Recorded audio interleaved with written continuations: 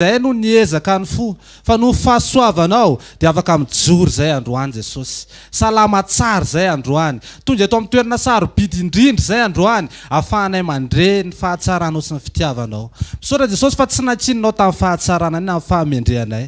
Fa tena hoe nao teo foana niaraka taminay, manamboatra anay isan'andro, manefy anay isan'andro, manafaka anay isan'andro.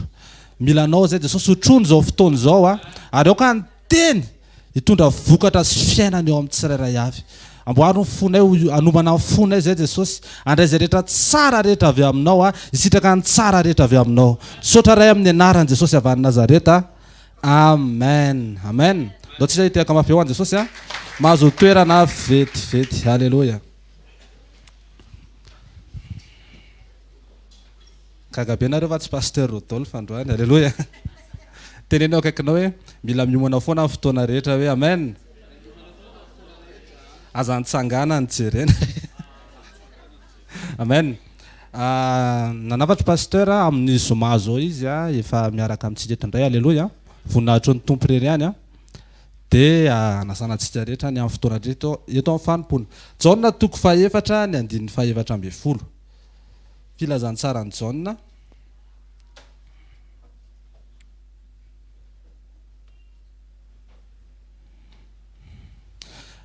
Amin'ny anaran'i Jesosy, fa na iza no misotro ny rano izay omeko azy dia tsy hangetaheta mandrakizay. Fa ny rano izay omeko azy dia ho loharano miboboka ao anatiny ho fiainana mandrakizay. Halleluja. Zay rehetra misotro ny rano izy Jesosy, rano izay omeko azy dia tsy hangetaheta mandrakizay. Tiany Jesosy tsika tsy hangetaheta zavatra hafa. Amen. Ary rehefa andiny an'ity teny ity dia zay zavatra tsapako hoe Jesosy ny fahafenoana rehetra ilaitsika. Raha mbola mitady zavatra hafa ivelan'i Jesosy tsika dia tsy hatsapa fahafenoana zany tsika fa ao amin'i Jesosy ny fahafenoana rehetra. Hitanareo mahatonga ny olona mihazakazaka sy mitotototo mitady zavatra be dia be satria tsy satisfainy amin'ny Jesosy izy. Ary eo ny tsapako hoe eo mahatonga ny olona manota tsy manana zay satisfaction zay. Fahafenoana rehetra ilaitsika dia Jesosy. Rehefa manana an Jesosy ianao tsy mangetaheta zavatra hafa intsony. Tena miteny anareo fa na fahasalamana na inona nanao na inona zavatra tsy anananao tsy mangetaheta zavatra hafa intsony ianao rehefa manana an Jesosy. Ary tiany Jesosy tsika tondra eo amin'izay dingan'izay. Satria rehefa mbola tsy mangetaheta tsika dia hiazakazaka sy totototo foana. Ary tsarofa ao amin'Andriamanitra misy cours à tronc commun, tsy maintsy rahantsika tsirairay avy. Mampianatra antsika faharetan'Andriamanitra. Amen. Fa amin'ny endriny maro samihafa no ianarantsika an'izany amin'ny parcours ny tsirairay avy. Dia ohatran'izay mihitsy ny hitondran'Andriamanitra antsika. Mampianatra zavatra be dia be antsika Andriamanitra fa ny tanjo ny antony mahatonga an'Andriamanitra mampianatra zavatra be dia be antsika dia hahatonga antsika ho satisfait aminy. Satria rehefa mahita anazy tsika dia tsy mahita fahatsarana hafa ntsony akoatra ny fahatsarany.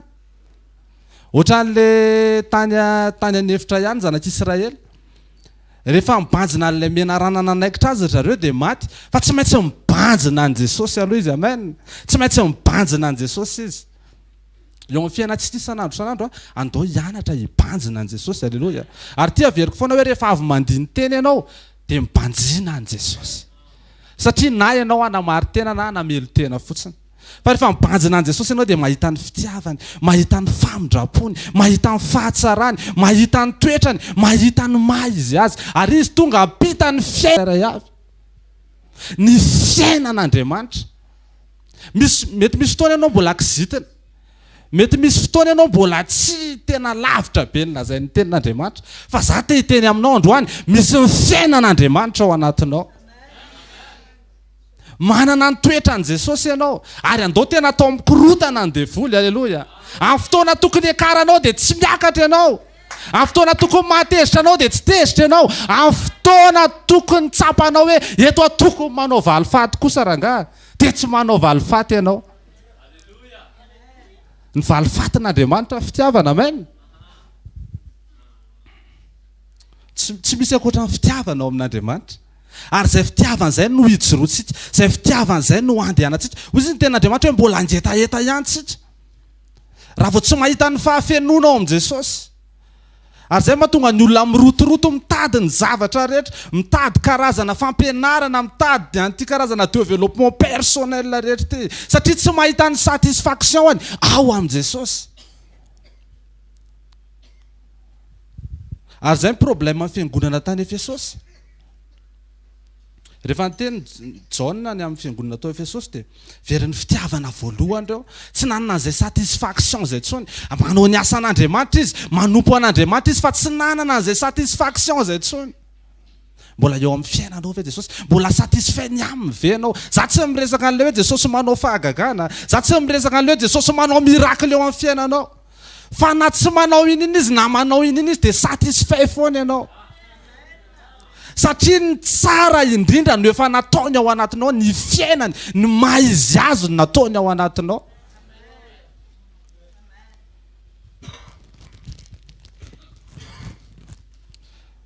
Ao amin' Jesosy ny zavatra rehetra ilayntsika, amen. Raha tonga eto izany tsika androany, tsy hoe hitady fampanantena ny zavatra, amen. Izay mahatonga antsika tsy mamina ny hoavinao, halleloja. Fa mahatonga antsika manambara ny fahatsarany Jesosy. Atonga anao hibanjina azy foana isan'andro isan'andro. Atonga anao afa-po, halleloja. Na misy dra na tsisy dra, halleloja. Ninona misy eo amin'ny fiainanao, ninona tsy misy eo amin'ny fiainanao. Tsapanao fa manana ny rehetra ianao. Tsy karazan'olona mirotoroto sy mihazakazatra ianao, fa mandeha ianao. Tsapanao hoe za manana an Jesosy ato anatiko. Za olona voavela eloka, wow! Tsy misy sarobidy noho izany. Mandeha amin'iny arabe any avenue iny ianao dia mahatsapa hoe za olona navela an'Andriamanitra eloka. Misy fotoana tsika mitady zava-baovao foana. Dia tsy miaina ny zavatra efa nataon'Andriamanitra eo amin'ny fiainantsika. Mila miverina sy miombona sy miray tanteraka amintsika. Ary amin'ny alalan'ny fiombonantsika sy firaisantsika aminy dia ho tsarovantsika daholo ny zavatra rehetra efa nataony eo amin'ny fiainantsika. Dia hoy izy ianao hoe tsy mila zavatra afa-tsony Jesosy fa tena ampianany rehetra efa nataonao aho. Galatiana 5:5.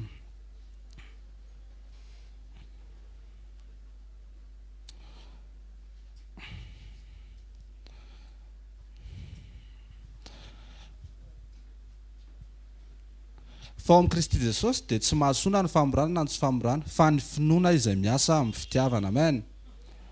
Finoana izay miasa amin'ny fitiavana. Nisy fotoana nandinika hoe Jesosy inona ny tena fahagagana? Tena fahagagana angeza indrindra. Ahafahan'ny olona anankiray hoe mitemoigner an'izany hoe fahalehibiazan'Andriamanitra izany. Dia ny zavatra tsapako hoe amin'ny fotoana rehefa tsy manana finoana intsony ianao, amin'ny fotoana rehefa tsy mino intsony ianao, dia mbola omen'Andriamanitra anao ihany ilay izy. Amin'ny fotoana efa tsy manan-tena intsony ianao, dia mbola ataon'Andriamanitra eo amin'ny fiainanao ihany ilay izy. Tsy afaka ny teny ianao hoe satria izany nanao an'izao, satria izany nanao an'izao dia nahazo an'ity. Fa amin'ny fotoana tsapanao hoe tsy misy ninona intsony, ary eo ny toerana tsara indrindra fa atsika mahita an'Andriamanitra. Rehefa tsy misy ninninona, tsy misy nizaniza afaka hianteherantsika ankoatran'i Jesosy sy ny fitiavany ireny ihany. Ary za mivavaka mba ho tonga eo amin'izay stady izay tsika tsirairay avy. Tsy manana nizaniza antenaina ianao, tsy manana nizaniza ho antsony ianao, fa Jesosy ireny ihany. Fa eo ny teboka tsara indrindra ahafahanao manomboka mahita ny fahatsaran'Andriamanitra sy ny fahalehibiazana. Andriamanitra miasa amin'ny alalan'ny toetra ny napetrany ao anatinao. Rehefa miombona sy miray tanteraka aminy ianao, mety very ny finoanao, mety very ny fanantenanao, fa rehefa miombona aminy ianao dia izy manefa ny zavatra rehetra amin'ny alalanao. Dia amin'izany tsy hita intsony ianao, fa izy no mena voninahitra, ary izay ny tanjon'ny fanotronana. Andriamanitra no misitraka ny voninahitra rehetra eo amin'ny fiainantsika tsirairay avy. Raha mbola miteny hoe za manam-pinoana be, za mahavita an'ity, ary ny hitako problème tsika miankina amin'ny herin'ny tenantsika. Misy fotoana ianao efa tsy miankina amin'ny vola intsony, misy fotoana ianao mety efa tsy miankina amin'ny olona intsony, fa ianao mbola mahatoky be ny tenanao. miankina am Jesosy sy mahatoky an Jesosy. Misy karazana finoana indraindray. Ary zay tena mahafinaritra le finompanotronana, aleloia. Jesosy mampiasa ny toetrany amin'ny alalanao, Jesosy maneho ny toetrany amin'ny alalanao, Jesosy mampiasa an'ilay finoana nataony ao anatinao mba ahafahany maneho ny asa. Nozy izy ny bokin'ny Joda hoe io finoana io izy dia finoana natolotry indray mandeha. Io le finoana masina indrindra. Ary io le lazain'ny Galatiana teo io finoana io dia finoana miasa amin'ny fitiavana. Zany hoe miasa miaraka amin'ny toe-panaraka an'Andriamanitra. Misy fotoana mety efa raraka ny fanantenanao. Ahoana moa ny anantenany Zakaria zanaka ny taonany efa mandroso. Efa tsisy sidiran'ny finoana intsony le izy. Fa rehefa tonga fotsiny Andriamanitra aneho ny fahalebiazany sy ny voninahiny dia mitranga foana ny vokatra, aleloia. Ka androany andao tsy fanantenany zavatra no hanompontsika an'Andriamanitra. Tena matiantoka ianao raha nompo an'Andriamanitra mba hanantena zavatra. Satria kely be le zavatra antenainao mihoatra no zavatra efa nataony teo amin'ny fiainanao. Andao tena hanantena an Jesosy tsika, hitady an Jesosy ary hiombona sira tanteraka am Jesosy. Andao tena ataontsika fanina ny devoly, aleloia. Amin'ny fotoana ianao mety tezitezitra iny, aleloia, manana fitiavana vonina ianao, manana fandeferana vonina ianao. Amen. Ndao koa tsika tsy hitady perfection any amin'ny hafa izay mbola tsy hainantsika akory. Hitanareo rehefa feno fitiavana tsika dia lasa tsy miandrikendry-toana. Rehefa feno fitiavana ianao dia mahita ny zavatra rehetra maso-pitiavana daholo. Atonga anao tsy ho raraka amin'ny finoana zay ary hitahiry ny fieritreretanao ao anatin'ny hazakazaka izay hatrehanao. Mety nisy nanitsaka ny kiraronao fa hoy izy ianao hoe tsy nanitsaka izany. Fa metra tongotra izany, aleloia. Mety misy olona sendra mety hoe sendra tsilobo-kely fotsiny masony taminao.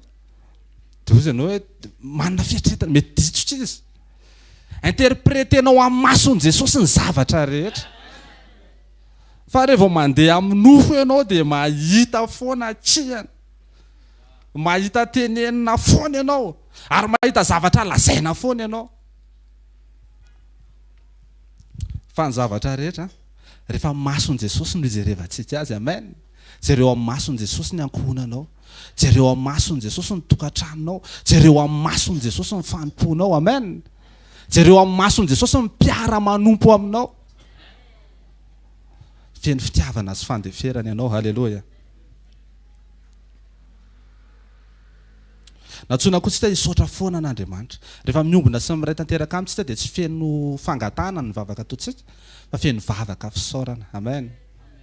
Misy fotoana tsika mangataka zavatra. Misy fotoana mihitsy zany tsapako hoe mangataka foana ianao satria tsy mbola mahatsapa an'ilay satisfaction anao ao am Jesosy ianao, tsy mbola Jesosy ny fahafenoana rehetra eo amin'ny fiainanao dia tia hangataka zavatra foana ianao. Fa rehefa mahalala an Jesosy ianao dia miena amin'ny fotoana angatanao fa mitombo ny fotoana hisaoranao an'Andriamanitra. Ary ny tena fahagagana tsy hoe ilay tsika mandray miracle, fa ny tena fahagagana le ianao miverina misaotra an'Andriamanitra. Ianao ve zao efa misaotra an'Andriamanitra ny amin'ny vadinao? Misy fotoana ny zaza mbola tsy mimena Andriamanitra ianao dia mangataka foana ianao, fa ianao ve efa misaotra an'Andriamanitra ny amin'ny vadinao aloha? Aleloia. Jereo ny tarehany. Misaotra an'Andriamanitra foana. Tsy hoe miandry foana satria izay miprofo fa mangetaheta zavatra hafa ianao. Fa misaorany amin'ny zavatra efa men'Andriamanitra anao. Fahagagana tamin'ilay boka folo lahy, tsy ilay folo lahy sitrana fa ilay anankiray miverina ny saotra. Ary izay ny tena zava-dehibe rehefa miombona amin'ny Jesosy tsika dia mitombo ny fisaorana fa mena ny fangatana. Ary ny fisaorana hoy izy ny bokin'ny Tesaloniana dia sitrapon'Andriamanitra, amen. Zany ny sitrapon'Andriamanitra ao amin'ny Kristy Jesosy. Tena amin'ny tenao be dia be ny olona maniry an'io tokantranonao io.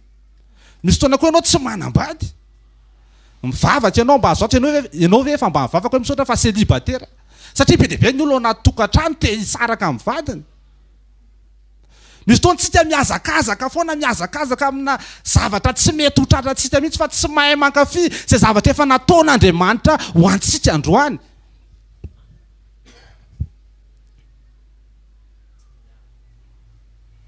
Misaorany amin'ny fiainanao, amen.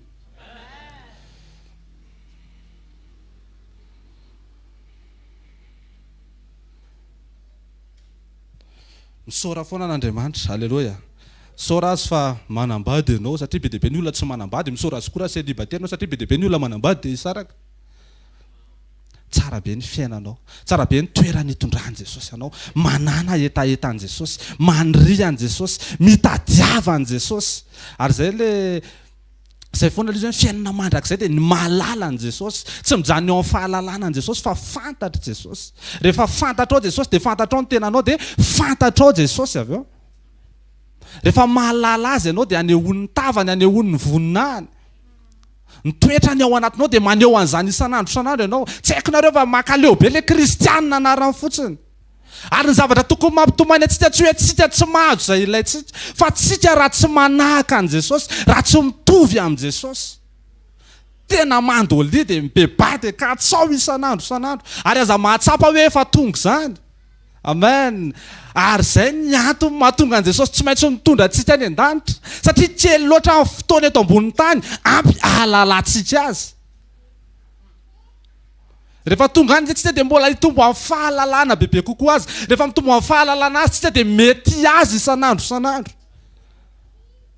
Rehefa mety azy tsika dia fantany. Ary rehefa fantany tsika dia ho ampakariny. Amen. Nyombona amin' Jesosy dia miraisa amin' Jesosy. Manahirina be ilay kristianina anarana fotsiny. Kristianina zany mameno firenena, mameno an'izao tontolo izao. Kristianina anarany tsy maneho an'i Kristy. Mitondra ny anarany fotsiny fa tsy manana azy. Hoy izy Matthieu toko faha 9 ny andininy faha 7 Matthieu 26-24.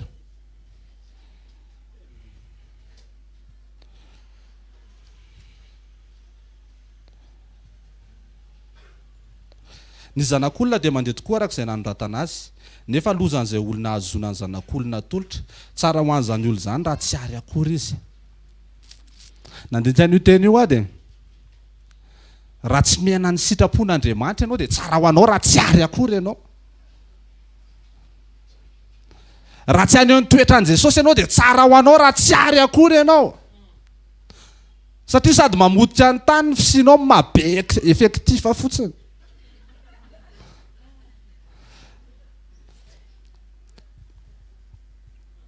Raha tsy haina ny toe-panaraka an'Andriamanitra ianao dia tsara ho an'izany olo izany raha tsy ary akory izy. Nisy fotoana ny lava nanontaniana tonga tany France dia nanontany anazy ilay olona niaraka taminy. Hoe inona ozy izy ahoana ozy izy ny fahitanao an'ity tanàna ity sy ny olona eto amin'ity tanàna ity. Dia ozy izy hoe malahelo ozy izy fa mahita faty mandehandeha be da be. Hitanareo ny fiainana mandrakizay, tsy hoe zavatra, tsy hoe eny ambavadin'ny lanitra tsika vao hisitraka azy, fa zavatra iainantsika androany ny fiainana mandrakizay. Ary ny olona maty tsy hoe olona vereny amin'ny elo aloha fa olona tafasaraka amin'Andriamanitra. Ary rehefa tafasaraka amin'Andriamanitra ny olona anankiray dia eo amin'izay olo izay ny fahafatesana sy ny fahaverezana mandrakizay. Ary maty no miantsona an'izay olo izay na mandeha fiara izay olo izay, na mandeha avion izay olo izay, na matory anaty hôtel 5 étoiles isaky ny alina izay olo izay, dia olona maty ny antsona an'izay satria tsy manana an Jesosy izy.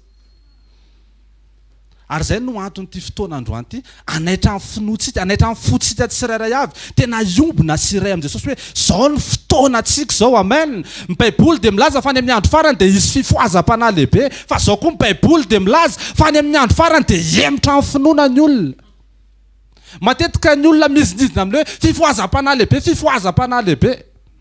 Dia lasa diso ny interprétation an'ilay izy satria ny définition ny fifoazana dia hoe olona metrahan-tanana dia mianjerazera be dia avy eo tsy miova ny fiainany, tsy miova ny toetrany, tsy miova ny maha izy azy. Fa ny fifoazam-panamarina dia tsika rehefa maneho an Jesosy, tsika miombona amin' Jesosy, tsika mandeha amin'ny lalan Jesosy, tsika mandeha amin'ilay lalana tery isan'andro. Tsy voatery mahafinaritra ilay izy, tsy voatery tena ho azonao ilay izy androany, fa ianao mandeha mizotra ao amin'izay lalana izay. Ary ao anatin'izay lalana izay tsy ahitan'izanizy ianao akoatra an Jesosy sy ny fahasoavana. Eny tsy ahitany tenanao akory ary ianao. Tsy atsapy ianao hoe nanao ininona ho an'ity fanjakana ity. Tsy atsapy fa tena ho tsapanao hoe Jesosy manao ny zavatra rehetra. Alleluia. Do tsika tena iombona am Jesosy, iray am Jesosy. Aneo ny toetra an Jesosy isanandro isanandro. Lozany zany olona zany ozy izy ny tena Andriamanitra eto. Tsara ho an'izany olona zany raha tsy ary akory izy. Tsisy vara ny fisin'ny olona anankiray raha ohatra ka tsy haina ny toe-panaraka an'Andriamanitra izy. Ary amin'izao andro farany zao ny filazany tsara tsy ery amoron-dalana ery ny toriana azy voalohany aloha. Fa ao anatin'ny trano fiangonana ozy izy tamin'ny Jeremia, andana ozy izy miteny, dia rehefa miteny ianao amin'ny Jeremia 7:20 eo am-bavadin'ny tempolo ozy izy miantsoantsoa aloha. Satria nanalavitra an'Andriamanitra ny fon'ny olona. Lasa tsy tian Jesosy tsony ny olona fa lasa ny zavatra ary zay ny idole. Rehefa tafasaraka tamin'Andriamanitra ny olona dia manana an'izay toetra izay. Mametraka lasa midolatre an'Andriamanitra, mametraka an'Andriamanitra ho idole, mametraka an'Andriamanitra ho mpamaly ny zavatra rehetra iriny sy ilainy amin'ny fotoana ilavany azy, zany hoe izy no mibaiko an'Andriamanitra. Le natiorany ota tafasaraka tamin'Andriamanitra, ary zay no navoa ny zanak'Israely rehefa nivoaka any Egypte izy. Rehefa nivoaka any Egypte ny zanak'Israely dia nanao idole ary zareo satria ametraka an'ilay Andriamanitra mamaly eo amin'ny fotoana iandrasany sy ilany azy. Fa Andriamanitra tsy ohatran'izany. Mahafinaritra be anao ao amin'ny Matthieu, tantaran'ilay lehilahy anankiray ilay hoe raha mety ianao dia mahay manadio aho izy izy. Fatany fa mahefa ny zavatra rehetra Jesosy. Fa tsy nanery am-pinoana izy fa raha mety ianao satria Jesosy mahalala ny tsara sy ny mety ho an'izany lehilahy zany. Amen.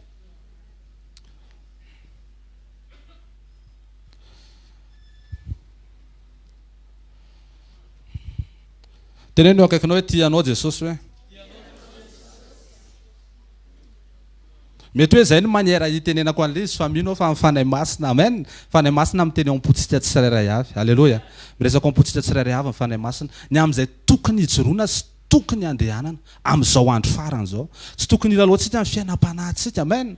Tsy tokony hitahiry fakontsika ao anatin'ny fotsika. Ary ozy izy le rahalahy zay hoe ny refin'ny fitiavanao an'Andriamanitra ozy izy dia porofona ny fitiavanao ny rahalahinao.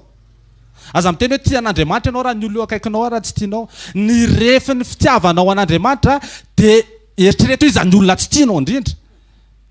Dia ohatr'izay ny refin'ny fitiavanao an'Andriamanitra. Fa mety miteny avavanao fotsiny ianao hoe tiako ianao Jesosy. Rehefa tena miombona sy miray an Jesosy ianao dia maneho an Jesosy. Amen. Midégage an Jesosy, mitondra ny antitra Kristy, mahatony ianao, maharesy lahatra ianao. Amen. Atsarova fa tsy natao hitaona olona amin'ny alalan'ny tenitsika aloha fa amin'ny alalan'ny toetratsika. Za miteny an'izany ao anatin'izany koa. Amen. Za manondratra zao reto miverina aty amiko daholo. Inclus anatin'izany tsy satria andro farany zao mila mijoro tsika ao an'Andriamanitra. Ary ny fijoroana tatin'Andriamanitra dia tsika maneho ny toetra ny isanandro isanandro. Tsy afaka naneho ny toetra tsika raha tsy miombona sy miray tanteraka amin'ny foana en communion amin'ny isanandro isanandro 24 heures sur 24 amin'ny alina na matory na amin'ny fo. Alleluia. Ary Jesosy te hanova antsika. Jesosy nampita ny fiainana ianao rehefa hovain'i Jesosy ndray tsy hoe lasa ohatran'ny dadanao e. Alleluia. Rehefa manova anao Jesosy dia tena manova. Andriamanitra tsy mpanao tipitopy. Fa Andriamanitra rehefa manova anao tena hovainao tonga olom-baovao ianao. Nomeny fo vaovao ianao. Amen. Fanavaovao nataony ao anatinareo izy ny tenin'Andriamanitra. Afahantsika mity, afahantsika mamela foana. Sy taona rehefa mijery tsika ny tantarany zanak'Israely. Rehefa mijery tsika ny tantarany zanak'Israely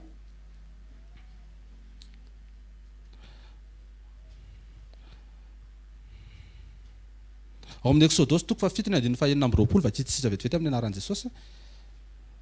Exode 7:26.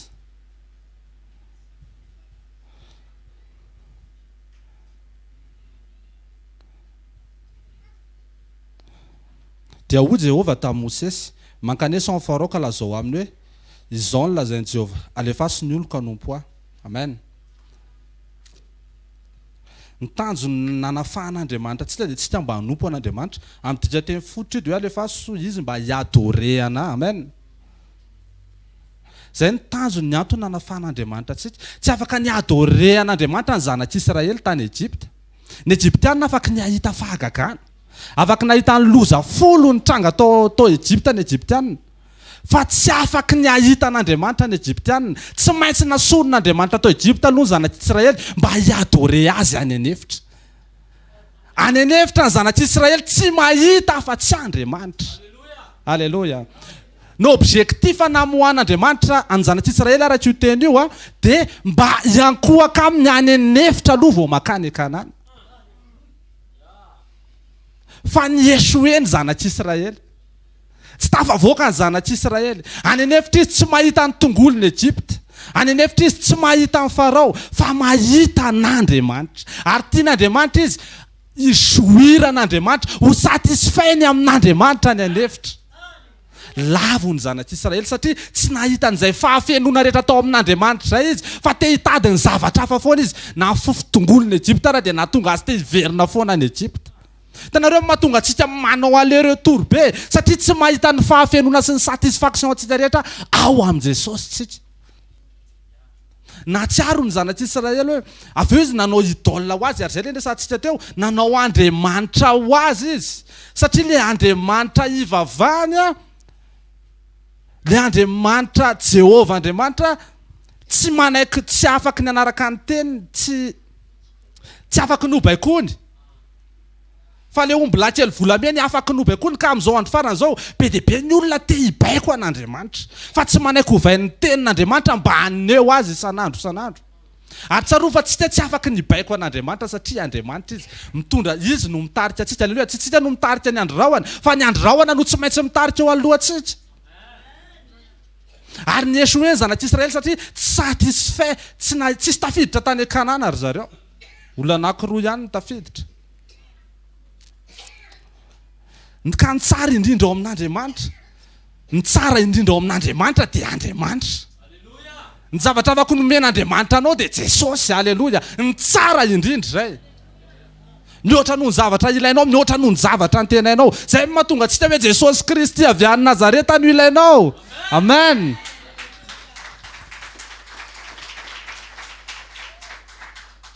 Tsy ny mirakla ny tsara indrindra ao amin'Andriamanitra. Tsy maty mitsangana ny tsara indrindra ao amin'Andriamanitra, fa Andriamanitra izy tenany. Ny fahagagana tsy nampiova ny Tomasy. Nahitany Lazarosy nitsangana izy fa tsy nampiorina finoana zany. Nahitany Jesosy nanasitrana nampahiratra jamby izy, nanadiobotra izy fa tsy nampiorina finoana zany. Tahaka izany koa nahita fahagagana be dia be zanak'Israely fa tsy nampiorina finoana zany. Imagine hoe hitanao Andriamanitra midina mamangy ny isam-baravarana, mamono lamatoan'ny Egyptianina rehetra, dia tonga any anefitra ianao dia hoe aloha zay hiverina. Andriamanitra miantso ny olony. Amen. Andriamanitra mitady ny olony. Ary zay tena problème be rehefa tsy tonga amin'izay tsy hoe zava-drehetra amiko ianao Jesosy. Zava-drehetra amiko ianao, tsy manana fahanterana ankoatranao.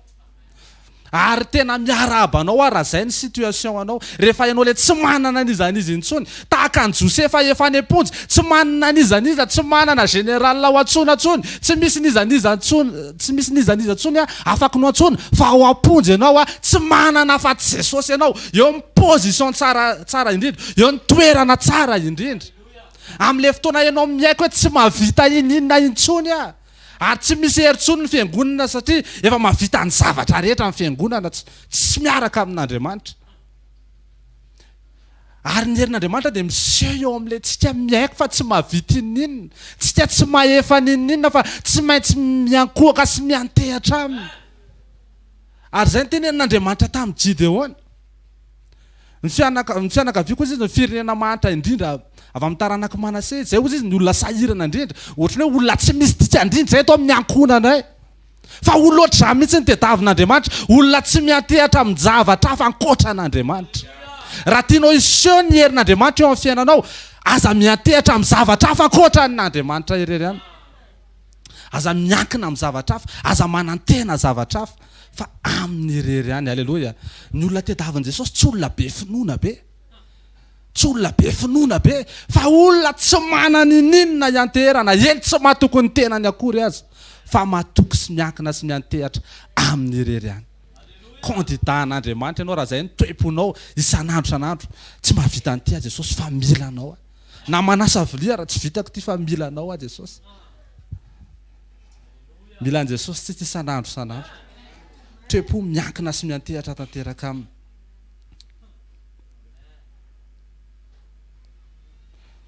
Alléluia. Devoly te angalatra amin'ny fiankofantsika foana. Ary ny tanjony devoly tsy hoe tsika hiadore ny devoly fa tsika hiadore na ny tenatsika ary. Rehefa zay tianao fotsiny ny ataonao dia efa miadore ny tenanao ianao zany. Mametraka anao ho Andriamanitra kely ianao zany. Fa mila manana an'izay fo zay tsika. Tsy mahavita inona a Jesosy. Mila anao a Jesosy. Ary manana koa fo miaika, alléluia. Mila manana zany fo miaiko hoe tsy netiny nataoko dia mibebaka dia mitsotra eo anatrehan'Andriamanitra. Tandremy fa raha misy ny fahavalo tena zavatra grave indrindra atao amin'ny tenan'Andriamanitra dia ny avinavina. Rehefa miavinavina ianao dia lasa manamafy ny feo amin'ny fieritreretanao. Dia na lasa ohatrany hoe mahafinaritra anao fotsiny mientem-pantsiana fa ianao tsy miova intsony. Satria efa namafisinao feo amin'ny fieritreretanao dia na fanay masina raha miteny aminao tsy heninao intsony. Ary zay ny tena toerana mila hitandremana, mila mitandrina be mba tsy hanazatra ny tenantsika amin'ny ota na amin'ny fahalotona na amin'ny karazana toepo tsy araka an'Andriamanitra. Satria rehefa manazatra anao dia lasa mihamafy ny feo amin'ny fieritreretanao anatinao dia na fanay masina raha tsy renao intsony ny teny aminao. Satria nanidy ny fonao ianao dia anao ihany nanidy ny tenanao ao anaty fonja. Zay mahatonga antsika tsy tokony avinavina. Amen. Raha misy miteny ianao hoe ty tsy mety dia mba miaika ianao hoe tsy mety marina diso mifona. Halleluja. Raha misy zavatra tsapanao hoe tsy araka ny raha misy olona mety hoe tsapanao hoe nisy problème dia manatona ianao. Amen. Ary le izy tsy le manatona question hoe iza ny diso dia iza ny marina. Halleluja. Tsy manana mirarina ianao raha amin'Andriamanitra fa ianao manatona dia ianao no halleluja. Le izy tsy amboarina fa toepo ao anatiny izy vokatry ny fiombonana sy firaisana amin'ny Jesosy. Ary tsy afaka ny amora tsy miombona sy miray amin'ny Jesosy aloha. Zay mahatonga anao tsy mahavita mamela heloka satria ianao mieritreritra hoe herin'ny tenanao no ahavitanao mamela heloka. Tsy afaka ny havita mela heloka ianao raha tsy Jesosy namela ny heloka ao ary amin'ny alalan'izay famelan-keloko Jesosy zay no ahafahanao mamela ny heloko ny hafa koa. Zay mahatonga antsika tsy maintsy miombona sy miray tanteraka amin'ny Jesosy. Ny ankoatran'izay dia hiezaky ny tenanao fotsiny. Fa rehefa miombona sy miray tanteraka amin'ny Jesosy ianao mampiasa ny safidy tsara ao anatinao afaka ny aneho an Jesosy ianao amin'ny toetranao. Afaka ny aneho azy ianao amin'ny maha izy azy. Amen. Ny andro amin'izao andro faran'izao tsy olona tsy hoe mpitory-teny tsy misy. Amen. Tsy hoe fiangonana tsy misy fa olona manana an Jesosy, olona maneho an Jesosy, olona mitondra marika Jesosy, olona ahitana fahatsarana Jesosy sy ny fahavelomana Jesosy isan'andro tsy misy. Olona manao mimimy be da be. Omeo. Alléluia. Raha samy angataka ihany dia Jesosy angatahana. Amen. Ianao Jesosy no ilaiko. Alléluia. Ianao Jesosy no ilaiko. Tsy manana fa ianteherana ankoatranao. Tsy misy nizaniza ianteherana ankoatranao. Zay navoan'ny zanak'Israely zay tsy satisfait tao amin'Andriamanitra ry zareo. Dia nanao andriamanin-tsafy izy rehefa tonga tany anefitra. Ary eo nanandrama ny devoly rehefa naka fanahin Jesosy izy. Ny tena tanjon'ny devoly indray mody hoe mofo e. Fa ny fiankohofan Jesosy ny tena nitedavany devoly. Efa nomenao izy zao tontolo zao. Raha miankohatra eto anatrehako ianao izy dia omeko anao ihany koa. Hitanareo misy zavatra mihoatra ao amin'Andriamanitra. Zao tontolo zao afaka ny omeny devoly fa misy zavatra tsy afaka ny omeny devoly mandrakizay. Ary tsy afaka ny joro an'Andriamanitra tsika raha tsy mahita fahatsarana hafa ankoatra ny fahatsarana efa iainanao androany. Ary zay ny hitako mavoan'ny tsika sy nareo hoe misy zavatra hafa, misy fahatsarana hafa tianao hijoroana ankoatra ny fahatsarana efa nataon'i Jesosy eo amin'ny fiainanao. Dia zay ny tena erreur grave be. Avelao ny olo koa izy andeha hanompo any anefitra. Rehefa tsy azo ny devoly Jesosy, ny fiankofan'i Jesosy ny tedavany devoly. Teo ilay nahararaka ny zanak'Israely. Zanak'Israely nanaiky nanolotra ny fiankofany tsy tamin'Andriamanitra fa tamin'ny devoly dia raraka izy. Eo amin'ny fiainana dia mila mitandrina amen. Mila manam-pahendrentsika, mila manam-pahatsilontsika amin'ny fiarahana amin'Andriamanitra. Tsaroa fa ny devoly fahavalonareo izy ny ten'Andriamanitra dia mierina tahaka an'leona mitady izay ho arapany isan'andro. Ny devoly isan'andro miasa, problème ianao matory isan'andro. Rehefa miainao anaty toromasom-panatsika dia tsaroa fa anana ny devoly fahefana amin'ny fiainatsika. Ary rehefa une fois ianao mitoetra ao anatina toerana tsy akasitran'Andriamanitra na ao anaty ota dia manome vato ho an'ny devoly ianao hitorahany anao. Ahafahany miampanga sy mahavoa anao. Fa mijoroa amin'ny sitrapon'Andriamanitra. Amen. Tsy misy nizaniza afaka no ataon'ny fahavalo rehefa ao amin'ny sitrapon'Andriamanitra ianao. Amen. Na any am-ponja ary ny toerana misy anao rehefa ao amin'ny sitrapon'Andriamanitra ianao dia miarahaba anao. Amen. Naiza toerana misy anao androany rehefa ao amin'ny sitrapon'Andriamanitra ianao, ao amin'ny fahamarinany ianao, ao amin'ny fahamasinany ianao, dia eo ny toerana tsara indrindra ho anao. Ary tsy anana ny devoly fahefana zany ianao. Ary zay mahatonga anao afaka nitsiky foana naiza na toerana misy anao, satria Jesosy ny rehetra ny aminao. Tsisy afaka ny hanongotra ny Jesosy eo amin'ny fiainanao zany, fa ianao mandroaka azy dia lasa izy. Fa rehefa miombona sy miray tanteraka amin'ny isan'andro ianao, na ny fonja raha lasa palais de louange ho an'ny Alléluia ho an'ny Paul Silas. Ary rehefa tao zareo tsy niteny ahoana fomba ivoanay ato, tsy mivavaka izy hoe afao zay, aiza ny ositra, fa nanome voninahitra an'Andriamanitra izy, nisaotra an'Andriamanitra fotsiny izy, satria Andriamanitra mahatoky, Andriamanitra marina, Andriamanitra mahalala ny hevitra heverana antsika tsirairay avy. Alléluia. Eo amin'ny toerana ahitany Jesosy, anao eo ny toerana tsara indrindra. Josefa zao tany am-ponja ny toerana tsara indrindra ho azy. Fananana an' Jesosy izy. Inona ny toerana misy anao androany? Ahoana ny situation anao androany? Fa raha mbola Jesosy miaraka aminao, raha mbola Jesosy ny ao anatinao, raha mbola mijoro an' Jesosy ianao, tsy mbola teraka ny fahavalo atohatra anao. Amen. Ary ny fahavalo aza mieritreritra olona ianao. Halleluja. Dia misy olona hitanao tsara an-tsaina hoe anona fahavaloko. Tena tiany olona rehetra Jesosy. Halleluja. Amen. Manana faharetany ianao. Halleluja. Misy fotoana koa tsika indraindray masiaka be, satria tianao ohatranao daholo ny olona androany dia terenao. Tsika tsy mahova olona. Amen. Ny fanahy masina manova ny olona. Ary nisy fotoana frustré mihitsy mitory filazantsara amin'ilay olona dia tsy miova izy, satria ianao mieritreritra hoe ianao ny hanovan'ilay olona. Ary mila manana faharetany ianao tahaka an' Jesosy naharitra ny aminao. Amen. Mba eritreretana hoe tsy atao anatin'ny fihodinantsika iny ny tsy naharitra tamintsika Jesosy. Na ianao raha tsy fa eritreretana hoe fiainanao mampime be, fa Jesosy naharitra ny aminao. Jesosy tianao foana. Ary hoy izy ny tenin'Andriamanitra mahafinaritra ny hoe fa fomba mbola mpanotsika dia efa maty hamonjy antsika Kristy. Tsy hoe rehefa manao asan'Andriamanitra ianao dia tianao izy, tsy hoe rehefa nitory filazantsara ianao dia tianao izy, fa fomba mbola mpanoty ianao dia efa nitiavany. Tsy natsininy tamin'ny action anao no nitiavany anao, tsy natsininy tamin'ny zavatra nataonao aloha no nitiavany anao, fa natsininy tamin'ny tenany satria izy ny fitiavany.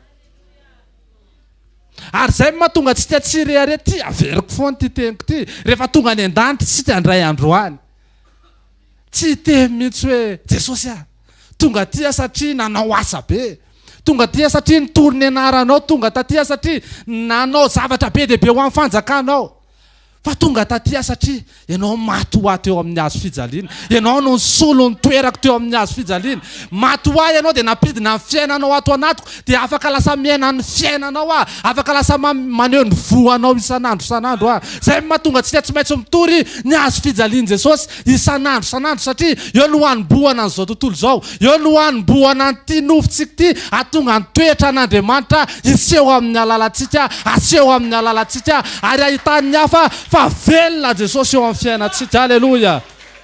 Rehefa miombona sy miray amin'i Jesosy tsika dia misitraka fahatsarana ny hafa.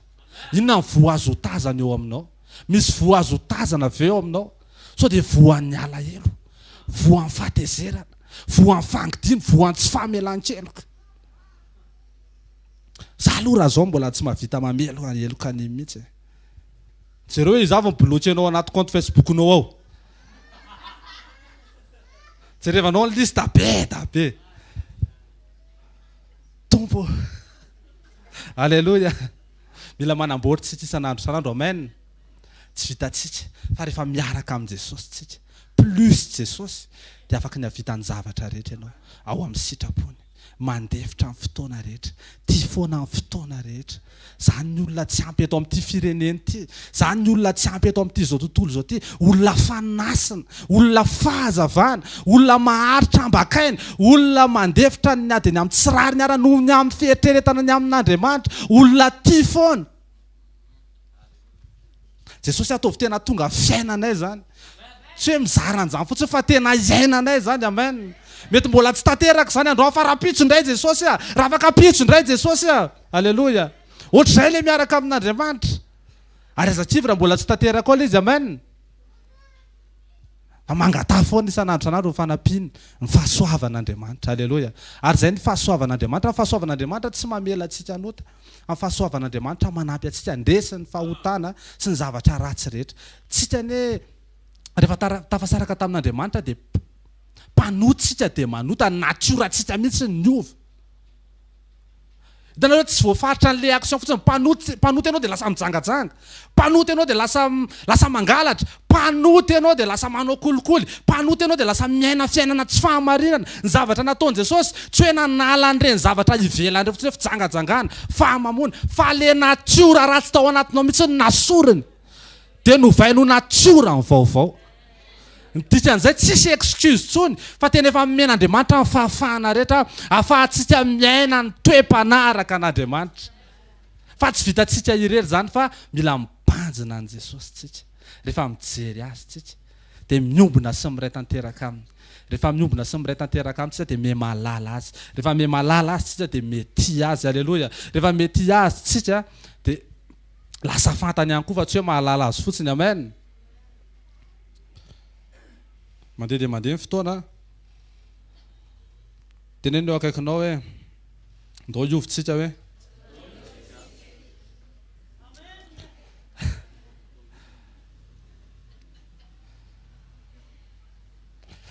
ndao tsika hitany satisfaction atsika ao amin'ny Jesosy.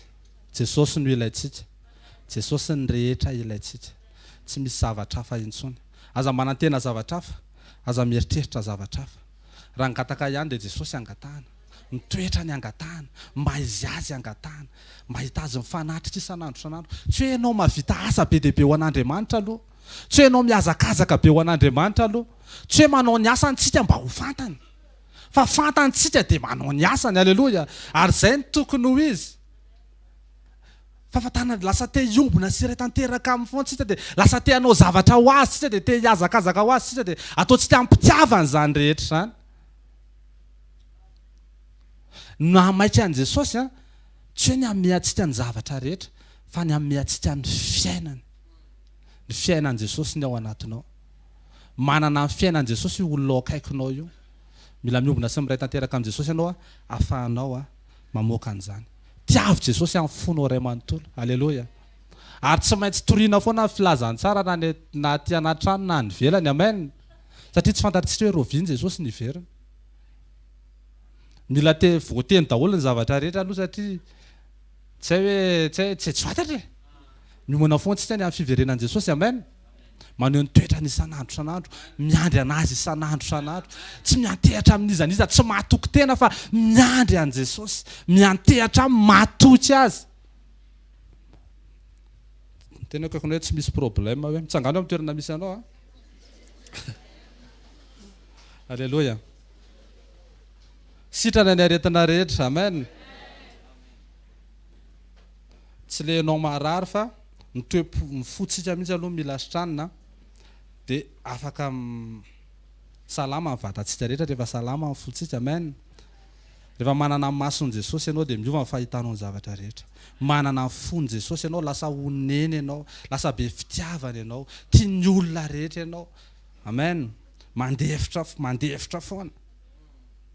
Zao fotoana zao en fonction zay teny zay dia tiako tsika hivavaka. Amen. Dia hitondra ny tenantsika tsirairay avy ao anatrehan'i Jesosy. Aza mieritreritra hoe efa tanteraka ianao. Amen. Fa miroso foana. Halleluja. Hoy izy ny bokin'i Ezekela hoe misy izy ny rano hoe tia kitrokely dia misy ny tia andohalika dia misy ny tia ambalana dia misy ny azo ilomanosana. Mbola voasombo ny fahafantarantsika n'Andriamanitra. Ary isan'andro tsika dia miobina sy miray tanteraka aminy mba ahalala azy bebe kokoa. Rehefa mahalala azy tsika dia mitombo ny fitiavantsika azy. Ary ninona zavatra mitrangy atao amin'ity zao tontolo zao ty, karazan'olona tsy azo ozongozonina ianao satria miobina sy miray amin'i Jesosy.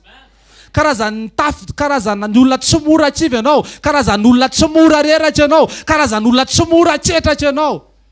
Satria manana an Jesosy ao anatinao. Niza mahita ny fahatsarany Jesosy sy ny fahavelomany eo amin'ny fiainanao. Mahita ny fahazavany Jesosy eo amin'ny fiainanao. Mahita ny famirapiratany tavany Jesosy eo amin'ny fiainanao. Rehefa mitsika ianao dia tsy nitsikinao no hitan'ny olona fa nitsikin Jesosy. Amen. Mitondra délivrance zany, mitondra fanafana zany. Rehefa miobina sy miray amin'ny Jesosy ianao, maneho ny toetra ny Jesosy isan'andro.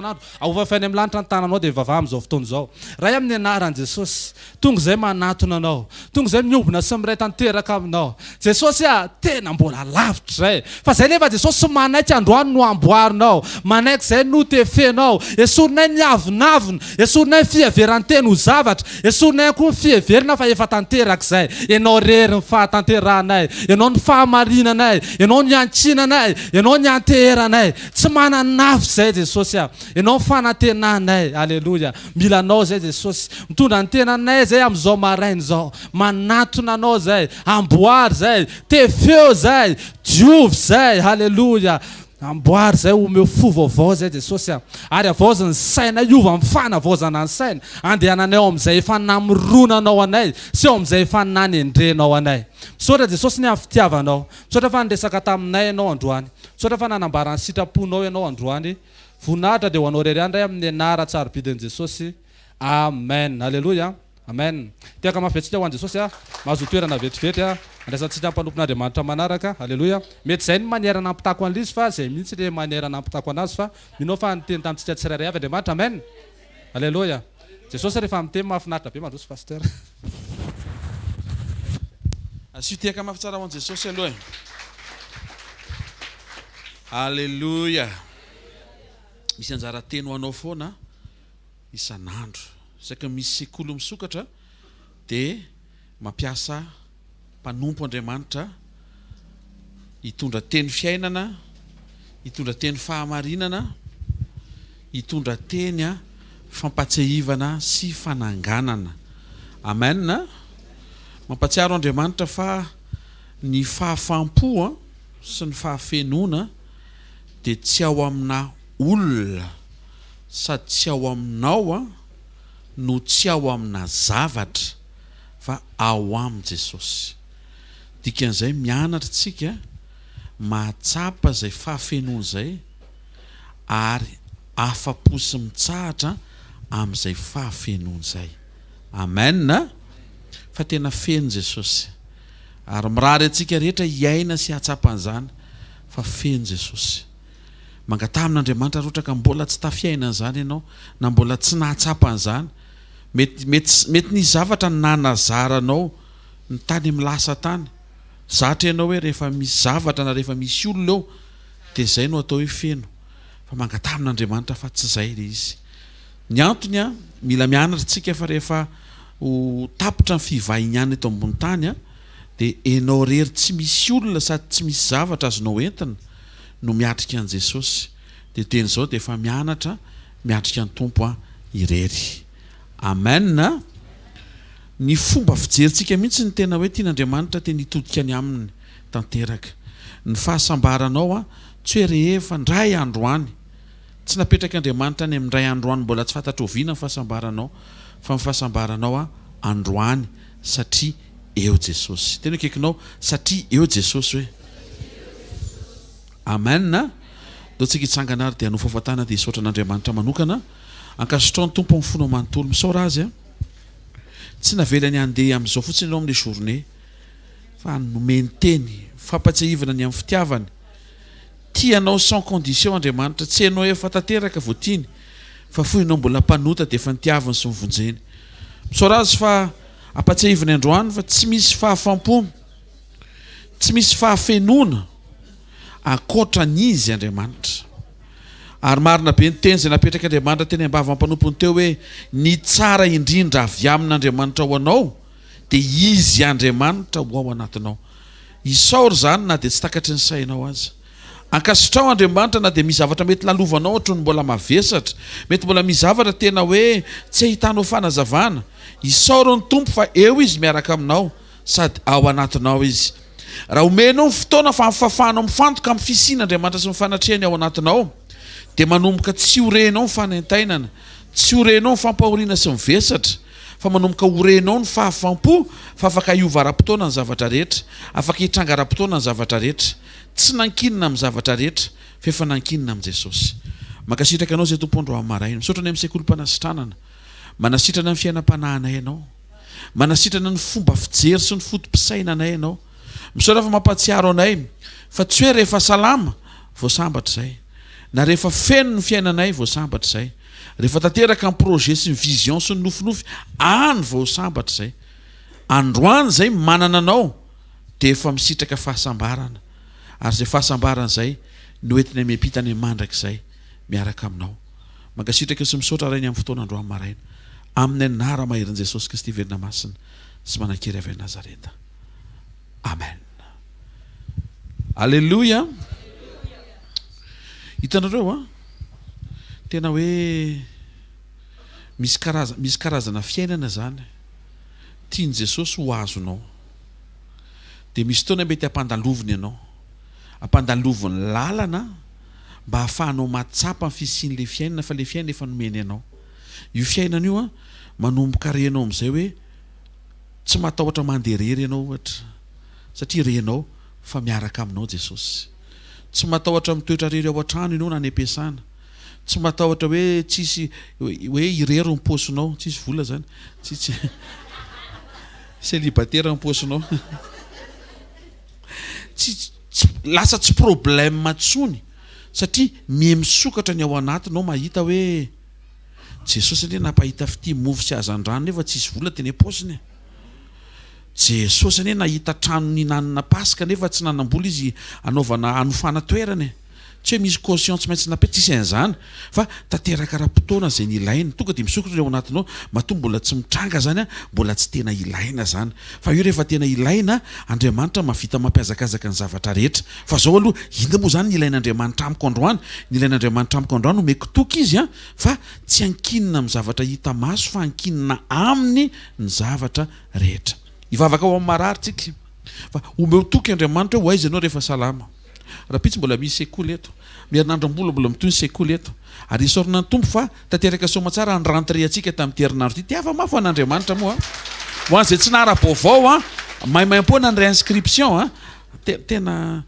zaray-potsy ny fourniture alleluia place mbola malalaka mipasy klasy daholo tsika rehetra alleluia tena raha zah ianao tsy miala amin'le sekoly fa tia be anao ny ato amin'ity sekoly ity amen ary nampitondra teny ny directeur fa ho avy eo izy amin'ny zoma ay alleluia hitanareo iainao am-pifaliana ohatr' izany ny isan'andro fa azasiana vesatra dia omeo toky Andriamanitra hoe Jesosy raha zany sitrana eo mamonjy sekoly foana fa raha mbola tsy sitrana koa diliriko eto amin'ny sekoly ty toetrako ty tena ohatrohatr' izany omeo zany le toky zao zany sosian'Andriamanitra dia zao ary zao dia tsoroko aminao sosian'Andriamanitra raha valiany vavaka ianao zao any amin'le tonga dia le tena andrasana mihitsy raha io kosa nompoka anao ahoana ny toe-panahinao satria raha vao tsy ampiteny ianao dia tsy ho zaka amin'ny fanamasina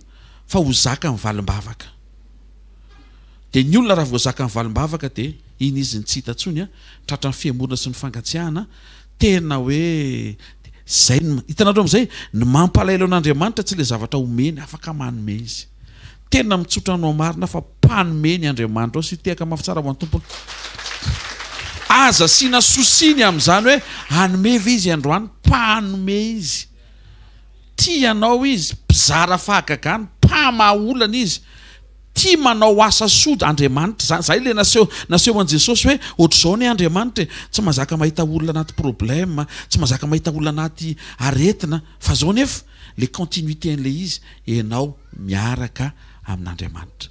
Tia mba niteneniko tamin'ny zanako alohan'ny rentrée ivavaka ho anao za dia tsy hodrano fa ho tsara ho aty année scolaire ty dia amen ozy izy fa ny sarobidy indrindra hoa tsy le année scolaire fa ianao miaraka amin'Andriamanitra mandritry ny année scolaire. Dia mba miteny an'izay anareo koa zany hoe amin'ity année scolaire ty tsy le année scolaire ny zava-dehibe fa le ianao miaraka amin'Andriamanitra. Fa ianao hitranga zay hitranga fa raha vao eo Andriamanitra miaraka aminao tsy maintsy fandresena ny ao ambadika eo. Atsangano tananao akavanana dia misaorany tompo makasitra azy. Tenenao aminy fiankinanao aminy sy fametrahanao ny herinandro sy ny tontolo andro vaovao androany indray. Aboray eo aminy mihitsy hoe Jesosy tena tsy vitako an'ely fiainako, tsy vitako le fameloma ambady aman-janaka, tsy vitako ny fianarana ankizy, tsy vitako. Tsy haiko le izy ary midepasy azy satria tena tsy ananako ny moyen fa tena mila anao ary miankina aminao amin'ny anaran'i Jesosy. Apetrao amin'ny faritra mararana tananao kavanana ho any izay mangetaheta vavaka fanasitranana. Raha toka tsy aretina lisa mety hoe misy zavatra tianao manokana hoentina mambavaka mety any amin'ny fisaintsainanao mety misy plan na misy zavatra na ny anatin'ny fona ho any misy faniriana dia apetrao amin'ny zay faritra izay tananao fa hivavaka tsika. Ray tsara indrindra amin'ny anaran'i Jesosy Kristy avy Nazareta. Sotra fa ianao no manokatra an'izao sekoly mpanasitranana izao ary mahatoky ianao satria mandefa ny teny ianao tsy hoe maniraka mpanompo ianao fa mandefa ny teny ianao anasitrana anay. Ary indrindra ianao mihitsy ilay teny tonga nofo tonga olona nanaiko kapohana teo amin'ny toeranay mba ho fanasitrahana anay. Sotra betsaka Jesosy fa tena ianao no andrandrainay, ianao no antenainay. Zay mitranga eo dia mitranga androany ary isaorana ianao fa mihiny-kosa izay fa iantefa ny herin'ny teny. Ny rahanao dia miasa manadio ary ny fahasoavanao dia hamaly indray androany maraina. Manonona amin'ny anaran'i Jesosy Kristy avy Nazareta, raisy ny anjara fanasitrahana ho anao indray androany maraina. Na fampahoriana zany na fanaintainao kitsahatra amin'izao oro izao amin'ny anaran'i Jesosy Kristy avy Nazareta. Na anatin'ny loha na hatrany tampidokatra any am-paladia mety tsy ho voatanisa avokoa ireo karazana tova toerana sy vatana na karazana aretina sy fanaintainana fa manambara kosa amin'ny anaran'i Jesosy Kristy avy Nazareta sitrana ianao. Aoko maivamaivana zay rehetra iverina fa vesatra, zay rehetra tsy namboleny ray teo amin'ny fiainanao dia hongotana zao amin'ny anaran'i Jesosy Kristy avy Nazareta. Zay rehetra tsy araka ny sitrapon'Andriamanitra eo amin'ny fiainanao dia manjavona zao amin'ny anaran'i Jesosy Kristy avy Nazareta. Miala ny ady-tsaina sy ny aretina an-doha, ny aretim-bavony, ninninona ohatry ny karazana sakatsakana manelingelina fifantohanao, ohatry ny fanaintaina sy mampahoriana mandalo na sery na avizanana na tazo na inona mety ho anaran'izany amin'ny anaran'i Jesosy Kristy avy Nazareta no anambarako aoka ianao ho salama sitrana amin'ny anaran'i Jesosy ary aoka tsy hiverina aminao intsony zany aretina izany amin'ny anaran'i Jesosy Kristy verina masina sy manan-kery avy Nazareta. Amen.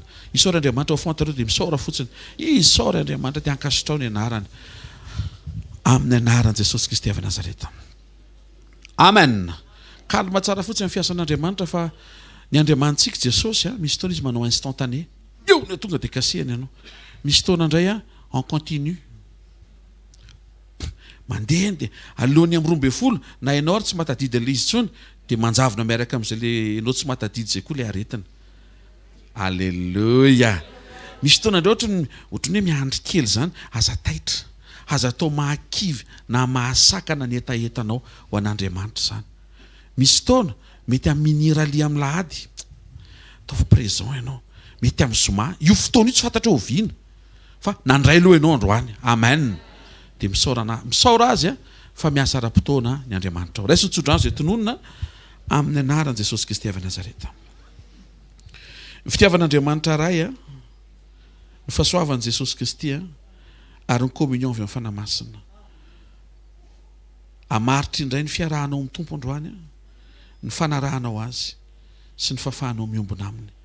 Manonona amin'ny anaran'i Jesosy fa sitrana amin'ny fiainanao, sitrana amin'ny fiainam-panahinao, sitrana amin'ny fiainam-bavakao, sitrana amin'ny fiainatokantranonao amin'ny anaran'i Jesosy. Ninninona zavatra mety mitranga eo amin'ny fiainanao dia manonona fanasitrana tanrify amin'izay nasain'Andriamanitra ny sokafana amin'ity sekoly androany sy ny toriny ity mandehana amin'ny anaran'i Jesosy fa mety izay ho atao indray amin'ity tontolo andro ity ary tahin'Andriamanitra ny herinandronao. Raisao mpinono zany amin'ny anaran'i Jesosy. Andriamanitra mahagaga ny Andriamanitra ao. andriamanitra ny fahagagana ny andriamanitra ao. Mpanao fahagagana dehibe mifetsona azy natao baiboly. Androany tsy ordinaire zany ty journée ty. Mampiomana antsika andriamanitra alohan'ile teny io masoandro mahafinaritra io. Iseho amin'ny vavolombelona ireny andriamanitra ao amin'ny anaran'i Jesosy Kristy avy Nazareta. Aoka voatahiry ny toe-po tsara fa efa manokatra lalan'Andriamanitra. Aoka voatahiry ny toe-po tsara fa efa manokatra lalan'Andriamanitra. Ary mahita fatahian'Andriamanitra zasy ianao amin'ny anaran'i Jesosy. Mandresy ianao amin'ny anaran'i Jesosy. Iza ny teny fa raraka zany ianao, mpandainga izay miteny fa raraka ianao. Tsy ho raraka zany tsony ianao amin'ny anaran'i Jesosy Kristy avy Nazareta. Mandehana fa efa mielo lalana ny tompo amin'ny anaran'i Jesosy Kristy tompo.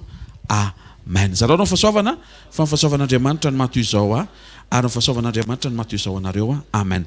Sekolytsika rapitso spécial be mihitsiny. Sekoly mpitahina miaraka amin'ny pasteur Jiva. Tega mafitsika ho an'i Jesosy.